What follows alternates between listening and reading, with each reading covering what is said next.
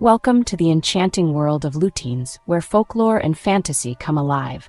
Let's delve into the captivating tales and characteristics of these mythical creatures. A lutin, pronounced in French, is a type of hobgoblin, characterized as an amusing goblin in French folklore and fairy tales. Female lutins are referred to as lutins.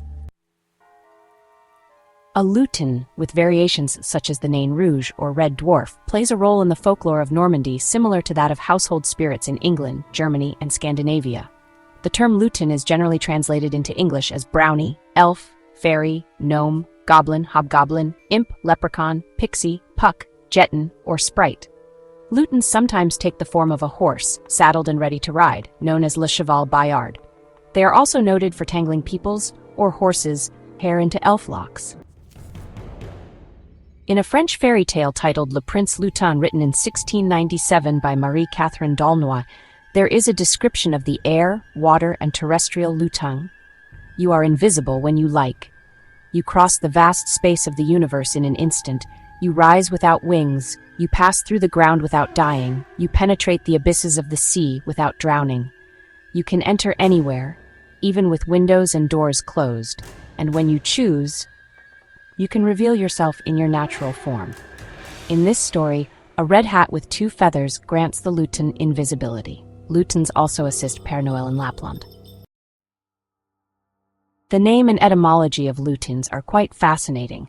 Initially recorded as netun around the late 12th century, the term has evolved significantly over the years. By the 14th century, it came to describe a mischievous demon rather than a sea monster.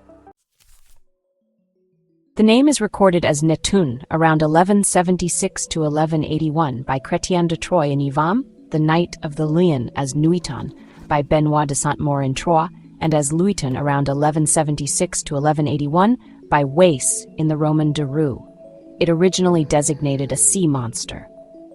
By the second quarter of the 14th century, the term evolved to describe a kind of demon, more mischievous than evil, who came to trouble people, referred to as Luitan in Le Chevalier de la Tour Landry. The name derives from the Latin Neptunus, the Roman god of the seas, which also designated a pagan god in late Latin. The shift from netum to nuitan was likely influenced by the Old French word nuit, meaning night, while the forms luitun and luitan were influenced by Old French luitier, modern lutter, meaning to fight.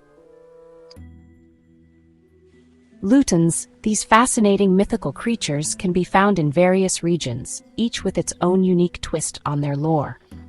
In Brittany, they are known as toes, often seen as mischievous but helpful household spirits. Meanwhile, in Normandy, they are called nains and are believed to be protectors of treasure. Moving to the Jura region, they are referred to as farfadets, where they take on a more woodland spirit role. It's really quite intriguing how these little beings adapt to the culture and environment of each area. Belief in lutins spread to North America, notably in the Canadian province of Quebec, where they are regarded as spirits in the form of pets, like dogs or rabbits, or other common animals. Completely white cats are especially thought to be lutins, although any distinctive animal living in or near the home may be considered one. These lutins can be good or evil. Good lutins are believed to have powers, such as controlling the weather or shaving the beard of the household master before he wakes on Sundays.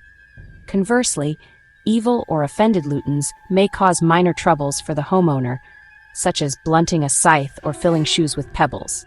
Salt is considered repugnant to them, and they are thought to avoid crossing it when it spills on the ground. The nain rouge is said to presage terrible events for the city.